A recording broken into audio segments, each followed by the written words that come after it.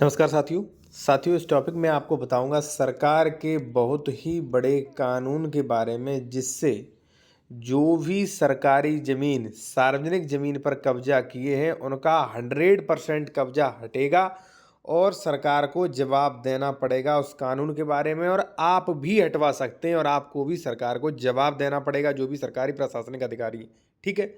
तो उसके बारे में मैं आपको कानून के बारे में बताऊंगा और फिर एक प्रोफार्मा जो है वो भी मैंने तैयार किया है अगर आपको कब्जा वगैरह हटवाना है तो। साथियों एक चीज़ और, यदि आप इसी प्रकार के प्रोफार्मा आप लेना चाहते हैं, रेगुलर मान लीजिए प्राप्त करना चाहते हैं, अपडेट होना चाहते हैं, तो आप मेरे टेलीग्राम चैनल को भी ज्वाइन कर सकते हैं। लिंक वीडियो की डिस्क्रिप्शन में आपको मिल जाएगी। टॉपिक करते हैं शुरू। सबसे पहले वो कानून जान लीजिए कि अगर कोई सरकारी ज़मीन पे कब्जा किए है तो कैसे हटवाएं। पहले तो मैं आपको साथियों ये बताऊंगा कि सरकारी ज़मीन यानी कि सार्वजनिक ज़मीन वो सभी की संपत्ति होती है, तो एक व्यक्ति उस पर कब्जा नहीं कर सकता। यदि कब्जा करता है तो कुछ सीआरपीसी सेक्शंस में भी प्रावधान किए गए हैं हटवाने के लिए, ठीक है। रेगुलर सीआरपीसी में तो आप खुद केस लड़ सकते हो अवैध कब्जादारी से, ठीक है, पहली चीज। दूसरा, एक चीज और, धारा 67 की कार्रवाई आप करवा सकते हो, ठीक है साथियों। अब मैं पहले कानून के बारे में आपको बता दूं, कानून के बारे में समझ लीजिए, फिर आपको मैं बताऊंगा कि कैसे आप तैयार करें कब्जा के खिलाफ कार्रवाई। किसी एडवोकेट की जरूरत नहीं। और साथियों पीडीएफ अगर प्राप्त करना चाहते हो, कोई कानूनी सलाह लेना चाहते हो तो ले सकते हैं। कॉन्टैक्ट नंबर भी हमारा वीडियो के डिस्क्रिप्शन में दिया गया है।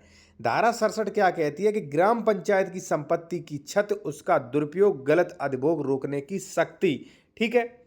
साथियों मान लीजिए आपकी कोई भी ग्राम पंचायत है, जैसे मान लीजिए कहीं भी रह रहे हैं तो वहाँ पे कोई ग्राम पंचायत वगैरह है, तो आप धारा 67 की कार्रवाई कीजिए। और नहीं है फिर भी जो है इस वाले एप्लीकेशन से आप कर सकते हैं, चाहे आप शहरी क्षेत्र में रह रहे हैं तो भी, ठीक।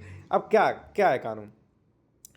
जहां किसी ग्राम पंचायत या अन्य स्थानीय प्राधिकरण को इस संहिता के उपबंधों में सौंपी गई समझी हुई कोई संपत्ति क्षतिग्रस्त हो जाती है, मान लीजिए ये ग्राम सभा की जमीन है, चरागाह की जमीन है, आरक्षित जमीन है सरकारी की, और इस पे कोई व्यक्ति है क्षति पहुंचा रहा है, तो कोई चिंता नहीं, आप कार्रवाई खुद कर सकते हो, पावर है आपको, वकील लेके भी लड़ सकते हो आप, ठीक है।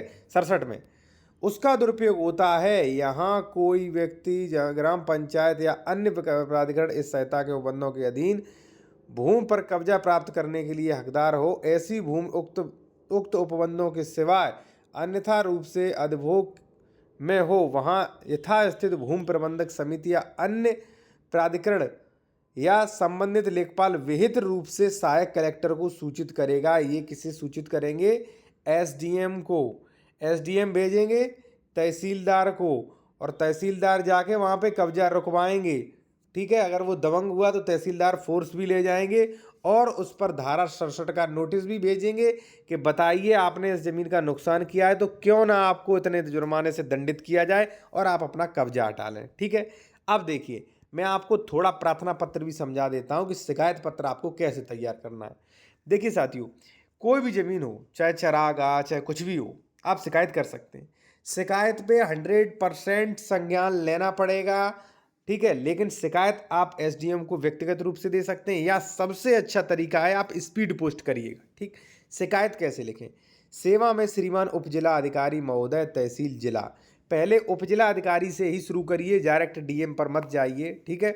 अब यहाँ पे कहा है विषय, विषय लिख दें जो भी अपना ग्राम, मोहल्ला, तहसील, जिला की सरकारी ज़मीन नंबर, देखिए उसका ज़मीन नंबर भी होगा, आप आसानी से निकाल सकते हैं, मेरे द्वारा निकलवा सकते हैं, या मान लीजिए जो भी जानकार व्यक्ति है उसके द्वारा निकलवा सकते हैं। सरकारी नंबर से दबंगों द्वारा अवैध कब्जा किए हटवाने के संबंध में नंबर नहीं पता है फिर भी काम चलेगा, डिस्क्रिप्शन में आप लिख दीजिए प्रॉपर्टी का डिस्क्रिप्शन, जिससे लेखपाल कानून को जो है ना पता चल सके, ठीक है।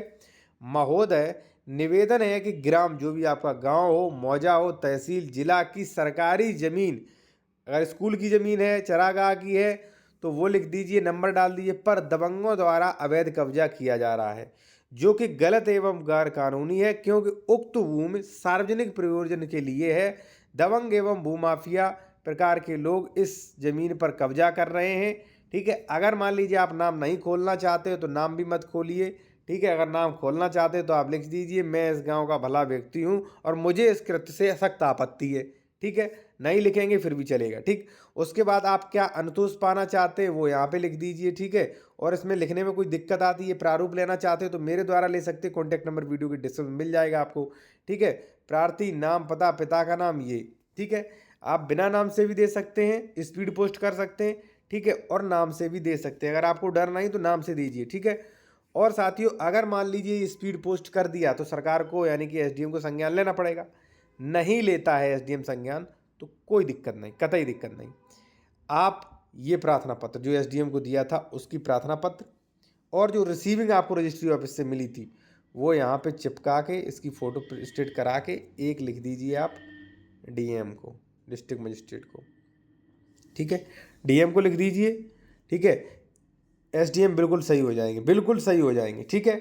और अगर मान लीजिए नहीं इससे हट रहा है तो एक साथियों एक चीज़ और है कि आप आईटीआई डाल सकते हैं लेखपाल कानूनों को, भाई धारा 67 की कार्रवाई इस पर क्यों नहीं की, ठीक है ना। कई बार ये बचा देते हैं लोगों को, तो आप बिल्कुल डालिएगा कि धारा 67 की कार्रवाई भाई क्यों नहीं की इन्होंने, ठीक है। और आप खुद भी केस लड़ सकते हैं, सीआरपीसी में कई सेक्शंस में प्रोविज़न किए गए हैं खुद केस लड़ने के लिए। मैं अगले वीडियो में कोशिश करूंगा साथियों कि वो सारे प्रोविज़न आपको जो है बताए जाएं, ठीक है। पहली बात तो धारा 67। इसी प्रकार से साथियों में एक चीज़ आपको और बताऊंगा कि यदि मान लीजिए सरकारी ज़मीन पे कब्जा रखा है तो आप क्या करें, ठीक है।